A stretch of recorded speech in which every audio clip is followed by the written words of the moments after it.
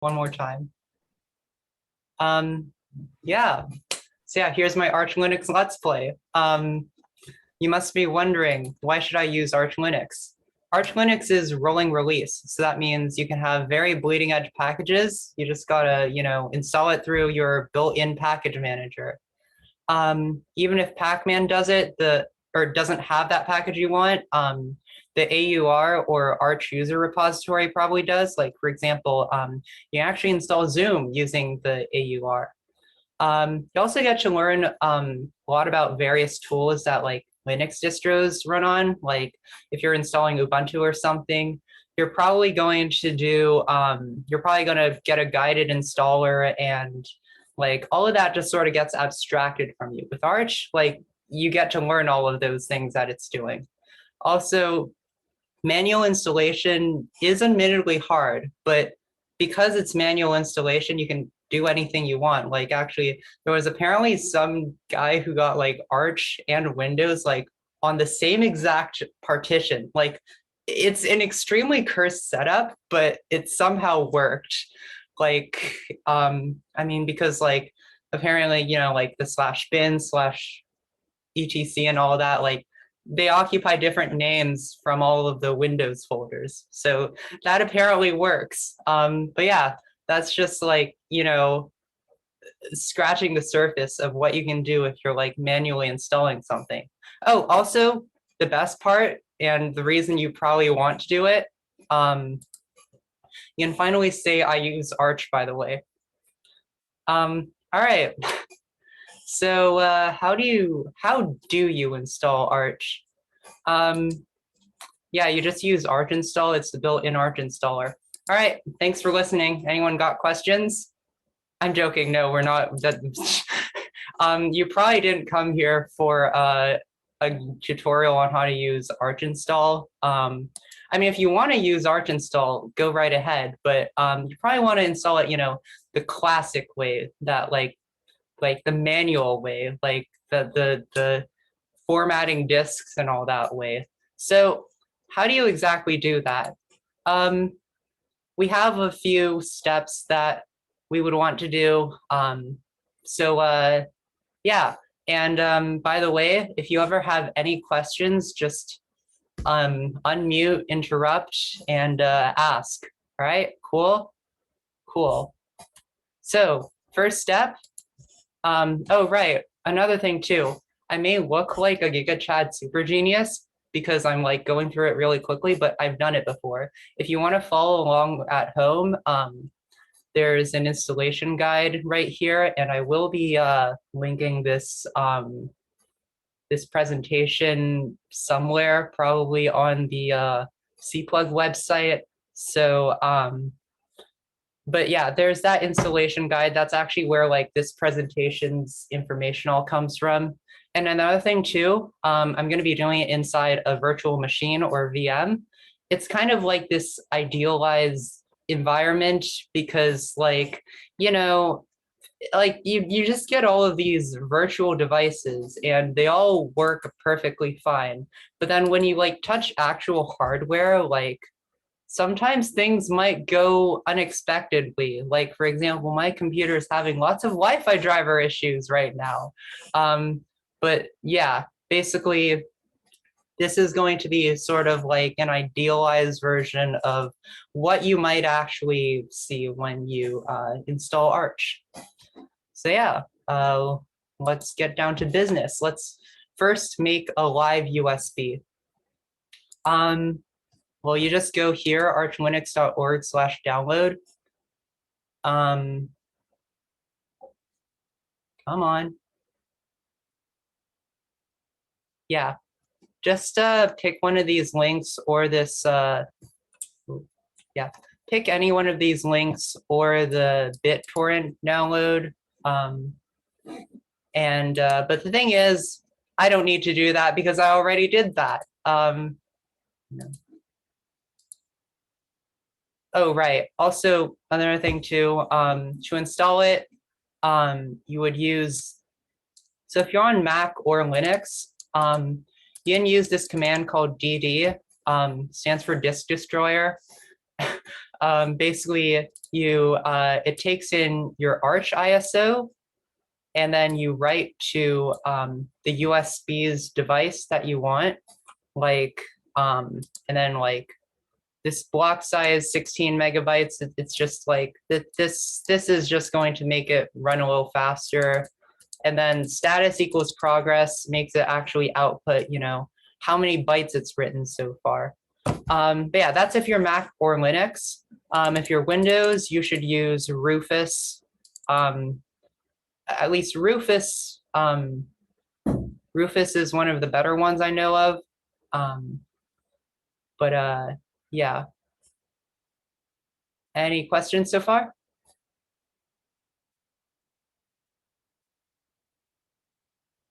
Is something going on there on Sirag's iPad? Just if you're on Mac OS, just omit the status equals progress part. Oh, is that automatically there? No, it just doesn't work. Oh, okay. Yeah, all right then. Yeah, follow what he said. Okay. Yeah, so I've already done all these steps. I mean, technically I didn't do this step because I'm doing it in a VM, but yeah, also, stick it into the computer and boot into it from BIOS. Look up online how to change the boot order on your BIOS and stick in your USB, turn on the computer, and then follow those instructions. And yeah, so here's my VM over here. It's a little small. Let's make it a bit bigger. I said make it bigger. Does that look good? All right, cool. Yeah, so my VM's right here. This is the screen that you should hopefully see once you've done all of the above. So yeah, let's set up our disks now. So I will say that I'm assuming that you're kind of installing everything from scratch. If you have like some leftover files from a previous distro that you want to keep, or if you're dual booting Windows, for example, I'm not going to be including that in this guide or talk because that's a little complicated, but yeah. So basically, why do we need to configure our disks? So essentially, you know how like in Linux or Windows or whatever, you can like make a file and then you can have like a whole bunch of files and like they're all like sort of isolated from each other. Well, actually, that's like a big fat lie because it's just like everything on disks is just like a whole bunch of bits. So what formatting and like all of those partitioning stuff, what that does is sort of like segment those bits and like say, okay, so I'm gonna have like a file system here, file system here, file system here. And what file systems do is like, it's gonna say, all right, so we got files here, files here, files here. Oh, you're deleting files? We're just going to rearrange space to, compact everything, make everything easily accessible. So yeah. So here's what we want our disk to look like. So we want an EFI partition to install our bootloader in. Most computers, so there's two kinds of like computer booting systems. There's legacy and there's UEFI, or like it's like unified extendable firmware interface. And I'm just my VM has UEFI. I'm going to be assuming that your computer also has UEFI. But yeah, you make this partition. It's going to be FAT or file allocation table and 550 megabytes. That's kind of the recommended size of an EFI partition. Then you're going to want a root partition. We're going to make it ext4 20 gigabytes, and then a home partition to store our user files in. Now, the reason why we're separating the root and home is because it makes it makes distro hopping, like changing distros, very easy. Like actually, when I installed Arch on my computer, I kept my home partition. I had Ubuntu before, but I kept that when I installed Arch. But we're just going to assume you don't have that, and we're just going to make a brand new one for you. Yeah, both of these are going to be ext4, which is like kind of a standard Linux file system used on most distros, I guess. Yeah. So first, let's make partition tables. We're going to use fdisk for that. Now, here in our VM, we're going to type in lsblk. I said we're going to type in lsblk. There we go. See, so this command lists all of our disks. As you can see, there's this one guy here, SDA 50 gigabytes. So that is going to be the disk that we want to install on. Your disk is probably bigger than 50 gigabytes, I would sincerely hope. But yeah, so the fdisk command, I don't know what it stands for, but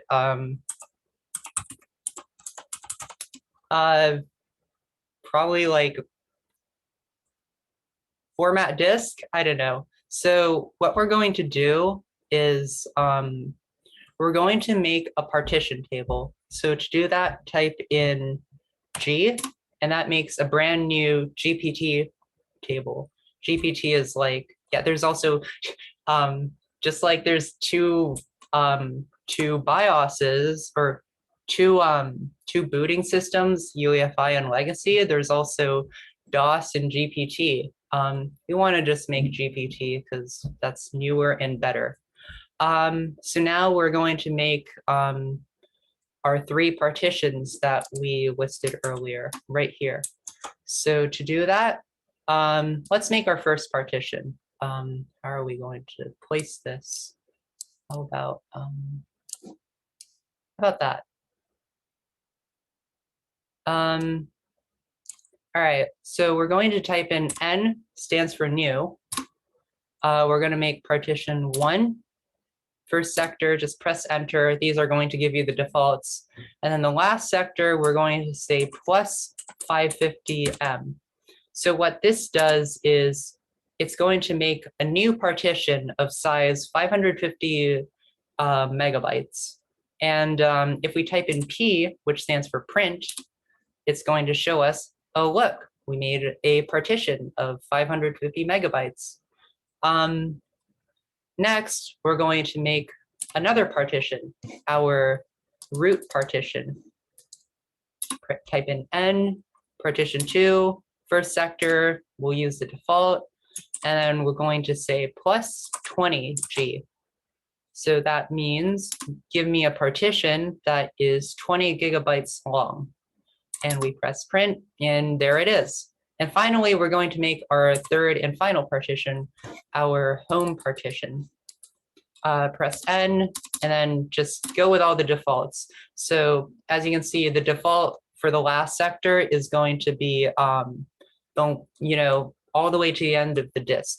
So if we press P, well, here's our partition table.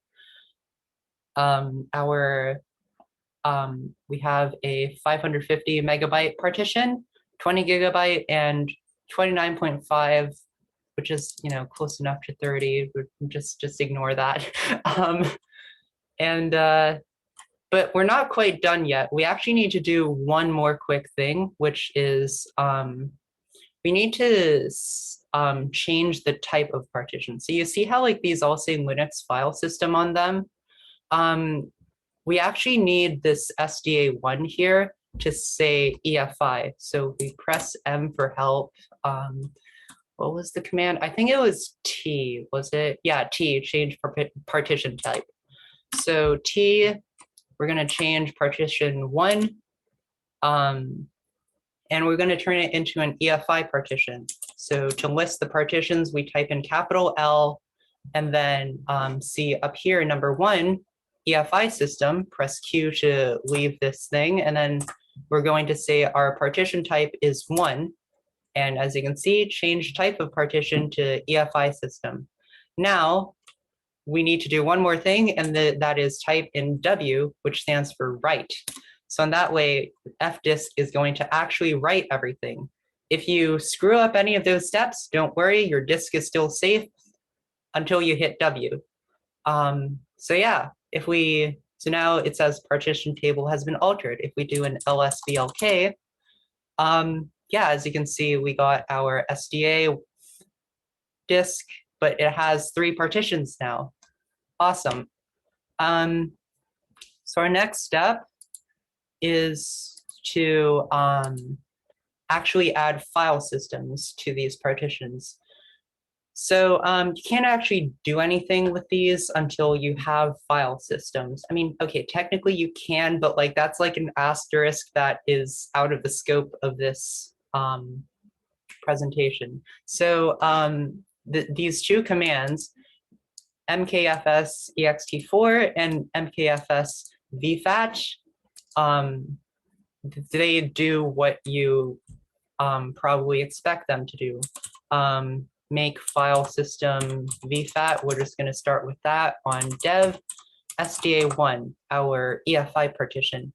And then, wait a minute, it does that.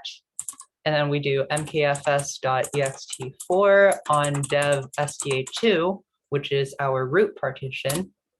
And it does that. And finally, we do it on our home partition. And it does that. Yeah, nothing changed in lsblk, but that's okay. We're going to want to mount these now. So mount basically says, all right, so take this file system on this disk and essentially stick it onto our file tree, like right here. So like take this disk and put it onto here. So you can essentially, you know, browse everything inside here by looking inside here. So we're going to do that. Mount dev sda2 onto this folder and mount. Give it a second, and it does that. If we type in lsblk, hey, it shows up right next to sda2. Next step, we want to add these mount points. Make directory p mount/boot and mount/home. So yeah, so this boot is going to be where the EFI thing gets mounted at, and then home is where the home gets mounted at. So we do that. And yeah, if anyone has any questions, just you know, let me know. Hey, Astrid. Yeah?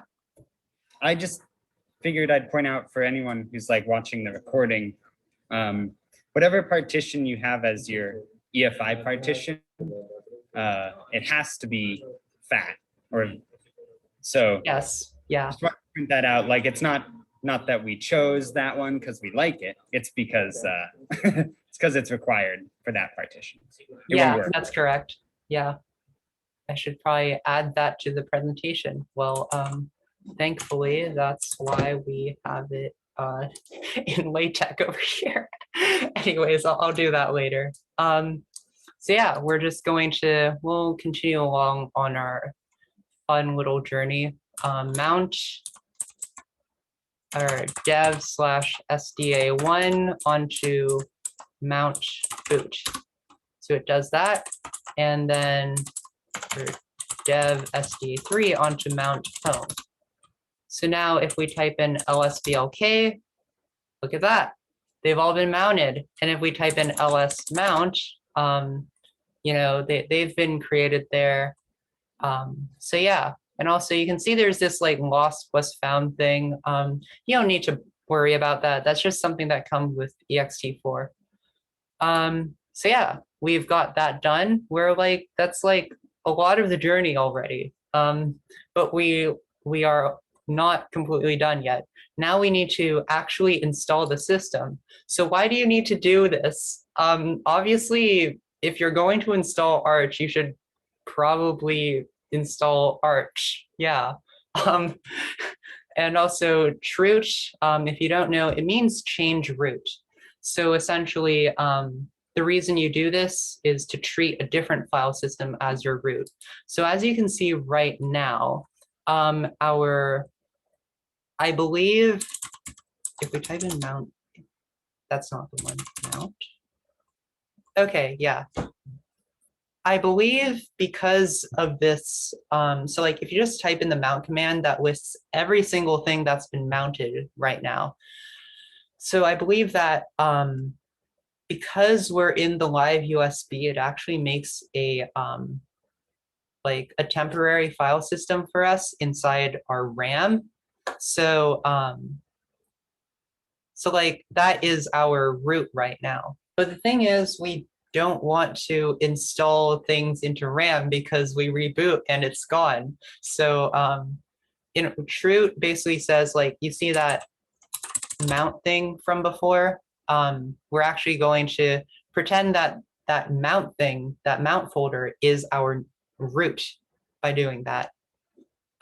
So like if you type in pacman-s, like inside there, then it's actually going to install inside that mount folder instead of in this temporary file system the USB has made for you. So yeah, in order to do that, you run pacstrap, which is essentially Pacman bootstrap. So you see all of these things here. These are kind of like stuff that you probably should install. I mean, like base, I believe that's like Pacman stuff. You probably want Linux installed. Otherwise, I mean, your system's probably not going to work. And then these programs let you interact with your partition tables. Bash is Bash. It's the shell that we're in. And then everything afterwards is sort of optional / can be swapped with other stuff. So NeoVim, I prefer it as my text editor, especially in a terminal like this. If you don't have a text editor, I'm really sorry for your loss. You just got to deal with it.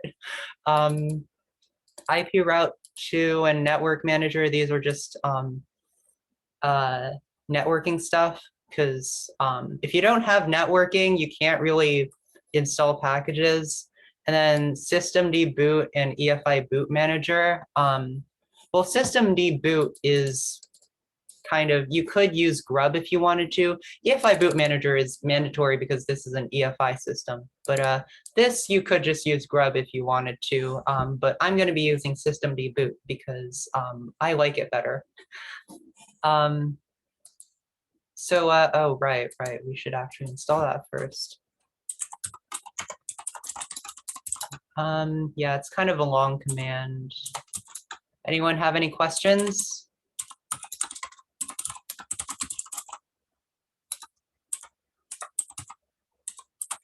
I will assume everyone understands then.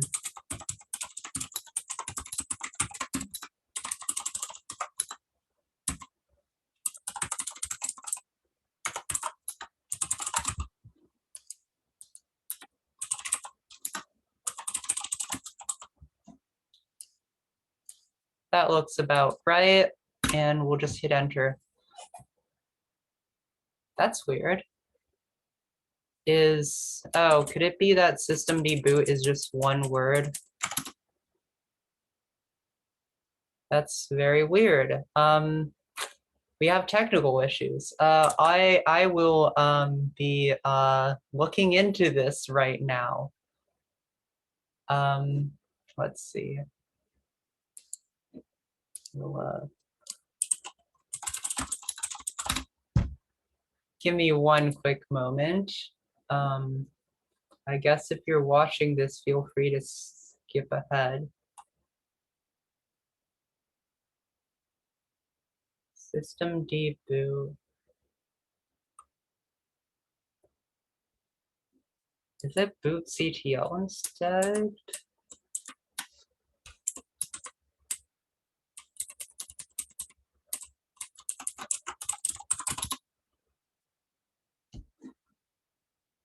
Oh, it's included with systemd by default. Okay, so actually, again, presentation is wrong. I literally made this in the last hour. So like, I mean, we don't need to explicitly install systemd, but I mean, might as well.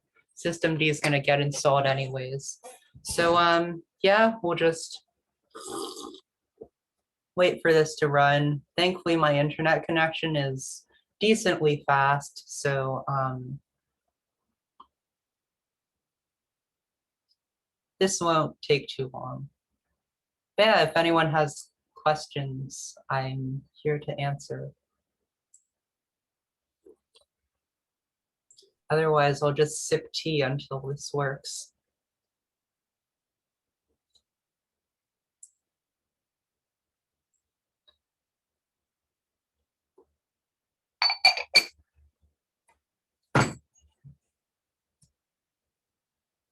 All right. Looks like we got that. If we type in ls mount, you can see, whoa, that's a whole bunch of folders we just made. Yeah, that should be the expected result. So now we're going to do, before we troot, we're going to do gen fstab. So this is like a helper utility. This is sort of a helper utility that's included with the Arch ISO because so the FS tab tells you when you boot, it tells your system, all right, I want you to mount these disks in these places. So in that way, you know, like our boot folder and our home folder, like they can get mounted correctly. So, and also like our root folder itself, you know, we want that to be mounted correctly because otherwise, if we don't have a root folder, I mean, your system won't work. Anyways, you could write that file by hand, and but genfs tab is just a nice little utility that, you know, does it for you. So you press enter, and it writes that. You can see we're using bash redirection, write it to file. So just to make sure that it's correct, we're going to vi etc fs tab, or no, etc vi mount etc fs tab. Yes. All right. So yeah, that looks about right. As you can see, it just generated an fs tab for us. Also, another thing to note, if you were to write this by hand, you do not want to write this dev SDA in your in the FS tab, because that would cause your system to break. You have to use it by UUID, ID, labels, whatever. These stuff never change, whereas this can change from boot to boot. So don't use the SDA version. All right, so now we've generated that, and now we can troot in. So arch troot mount, and there we go, we're in there. So afterwards, there's some random system stuff that we need to configure, like time zone and time stuff. So to do that, you ln sf user share. So this command sets your computer's time zone to US/Pacific. I believe we're in Pacific. I would hope we're in Pacific. But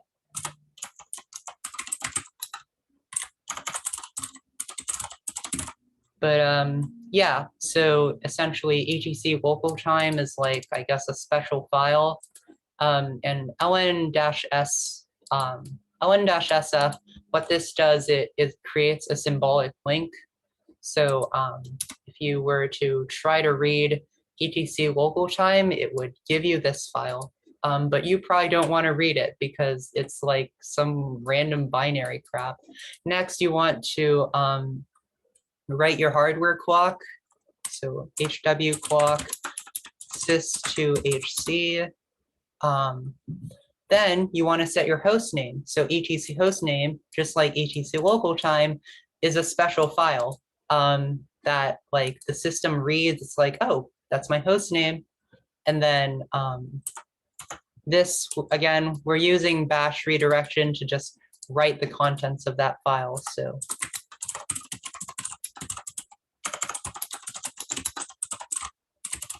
So theoretically, our system is going to be called Arch Linux Let's Play. And then finally, password. This is going to let you change your root user password. If you don't do this, you are not going to get access to your computer, which is, according to certain sources, pretty bad. We'll just use password as our password because I'm lazy and I can't think of anything else. Yeah. And then also you want to generate your locales and set your keyboard layout. This generates locales, and then again, special files for locale stuff.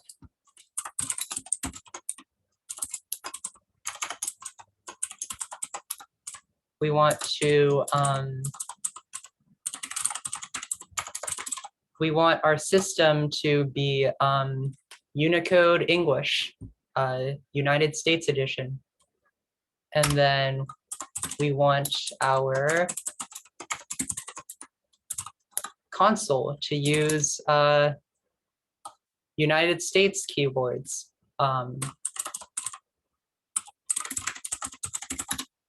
And that's locale. Finally, this is another very important step. We need to install our bootloader. So why do you need a bootloader? Because without it, you can't boot into Arch. And I mean, yeah, that would kind of defeat the whole purpose of everything we've done so far. So yeah, let's, we already have systemd boot installed. I mean, if we type in bootctl, here it is, yeah. So essentially, you can just type in bootctl install, and then it does that. So the way systemd boot works is, you see this /boot/loader folder? That's sort of where it reads your configurations. So what we're going to do is write this file in. Oh, right, we're using nvim. Okay, nvim /boot/loader/loader.com. So we're just gonna replace all this. Default arch.conf. So basically what this says is the default thing we should boot into, or the default thing we should select, is arch.conf, which is, we're going to be writing this file soon. Timeout 4. So if you've ever used Ubuntu or whatever, and you see like it's grub or whatever that its bootloader is, it's like, we'll select this option in 5 seconds. That's what the timeout does. That's in seconds, except here it's 4 seconds, I guess. Not sure what console mode max is, because that's like, I don't know. I just copied this from the Arch wiki. I don't know what all of it means.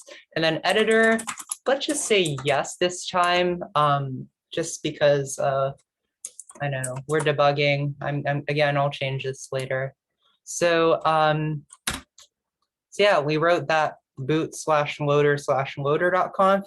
That sets our configurations for the entire bootloader. Now we want to write into loader/entries/arch.conf. So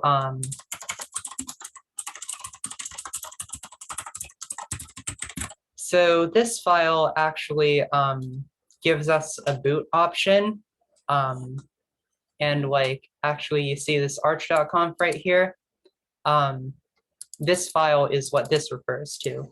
So we're just going to, copy this title, Arch Linux. This is what it's going to look like when in the bootloader, Linux, VMs, Linux,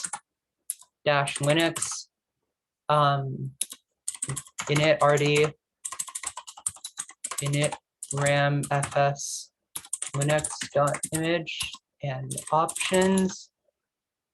Root equals, I need to change that right there. Or we don't need to change it. Label equals arch os read write. All right, so what these all mean here is title Arch Linux, or this here means our bootloader entry is going to say Arch Linux. This is the file that Linux is loaded from. It should be this file should be relative to boot. Init rd is this init ram fs, which we will generate quite soon, or I think it might already be there. And then options. So this option here, the root equals label equals archos. This basically says this is the file we will, or this is use this thing to find what our root is. So like we're going to be using a label to find it. We actually haven't set the label yet, but I will show you how to do that real quick. And then RW, that means read write, because we probably want our root to be able to be writable. So yeah, let's write that. So to label this thing, type in lsblk to list our files or our disks, and e2fs, no, e2 label, I think.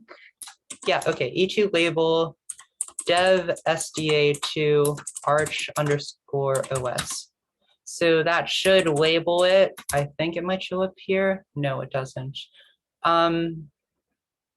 You will probably see it in ls dev disk by label, and you can see, oh, there's archos. Oh yeah, by the way, if anyone has any questions, just let me know. Let's see. We'll just look at boot, and yeah, you can see right here, those files that we described here, they are right here. I think now we need to do mkinit cpio-p.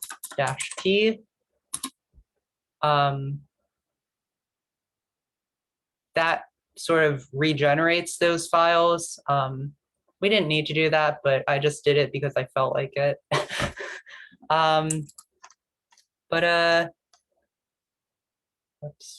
Yeah, I believe now we should be ready to reboot and pray that it's going to work.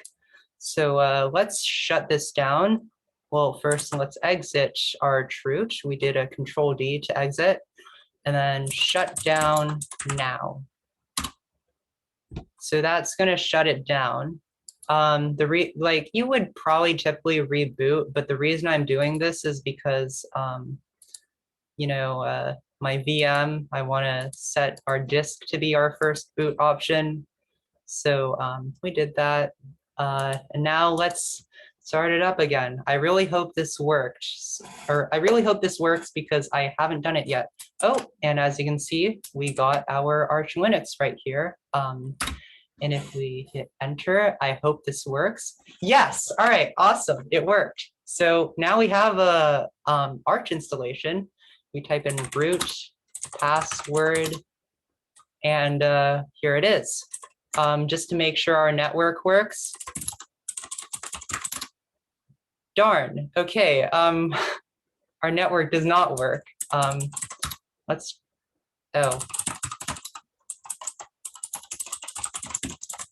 So if your network doesn't work, you may need to start Network Manager. Let's try that again. No, maybe we need to configure Network Manager. Edit connection.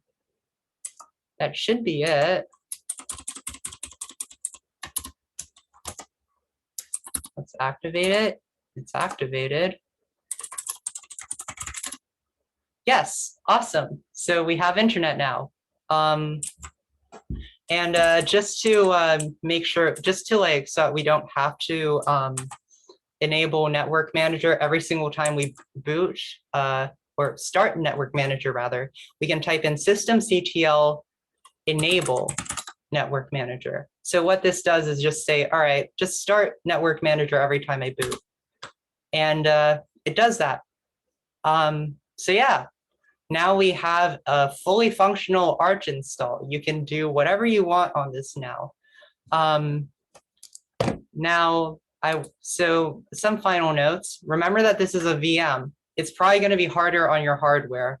Certainly was harder on my hardware, at least with all the disk configs. And then also, don't just follow this presentation. You should look at the Arch wiki. Remember to RTFM and all that. And if you ever have any questions, you know, just ask them in the help desk channel in the cplug server. Also, do you want to just, if like we literally just made like this Arch system is literally just a TTY. If you want more than that, like an actual desktop, you should look at the Arch wiki. Like let's say you want to install KDE, the K desktop environment. I think if you just look up KDE, K desktop environment, here it is. And then like, yeah, just sort of follow through these steps to install. But that's out of the scope of this because like we got Arch installed, we're able to boot in, and we can connect to the internet. That's really all you need in order to like do all the other stuff. Wait, what? I don't know what that was. But yeah, that's the presentation. Anyone have questions? Do you really need a GUI? No, you don't. The best Linux users, they just use they don't even use tmux. They just do Control Alt F1 F2 if they need other things. They manually schedule things using bash by typing and at the end. You don't need a GUI. No.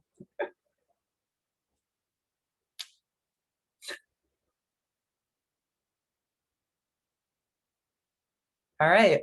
I think that's it. Oh, wait, Astrid. Oh, one more question.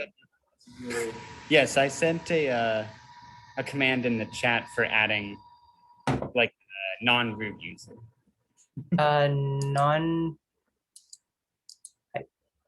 Did I have Discord turned off. Oh, in the Zoom chat. Oh, Zoom chat. Oh crap. Never mind. Here it is. Oh yeah, right. That's a very important command. I should say that. So you probably don't want to be in root all the time because that's pretty bad security practice, like egregiously bad. So yeah, you should. So what this command does is it creates your user. So you should probably be in your user account most of the time instead of being in root. So yeah, we should do that. So user add -m. So user add, as the command says, adds a user. Who would have thought? -m means create a home directory. For now, so -G, capital G, that lets you set the groups of the user. We're going to add a special group called wheel, or wheel. So what wheel is actually, I'm not sure if it's wheel or sudo. Either way, this group is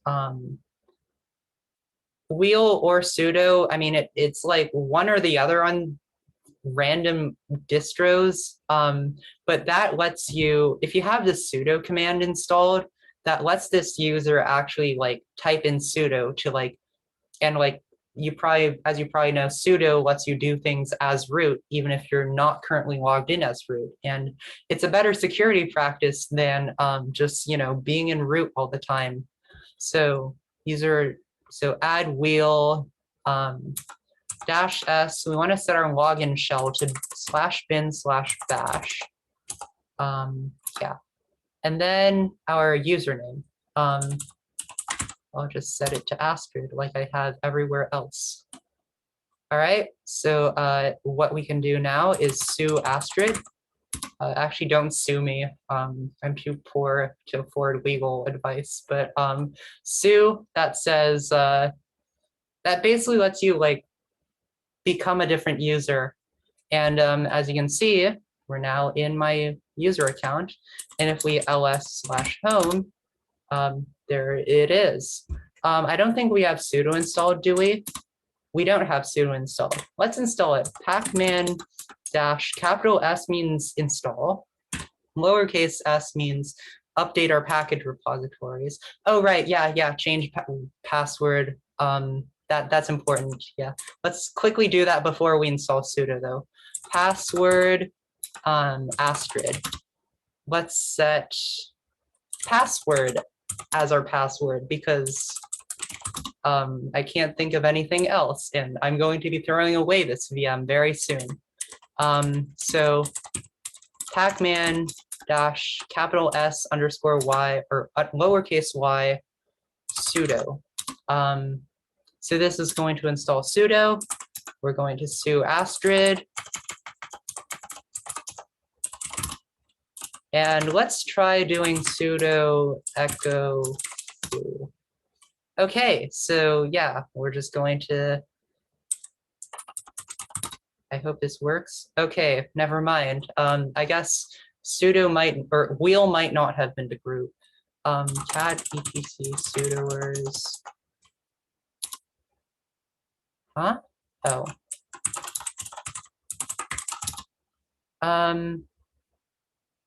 Okay, yeah, so we're going to type in a command called sudo.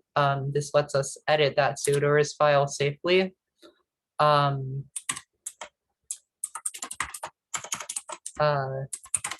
Let's just do this real quick. Okay, so yeah, so you see this right here. We're going to uncomment this line that says wheel. If you're running this as a server, I would recommend you uncomment this line. However, if you're running this as a your personal computer, you should probably ask for password every time you run sudo because it's more secure that way, and someone might go onto your computer while you're not looking. So yeah, we're going to write that, sue Astrid, and we're going to try sudoing again. There we go. And we can even sudo pack. Oh, right, this is the most important part. You gotta install neofetch. And then what neofetch does is it lets you say, I use Arch, by the way. All right, any other questions?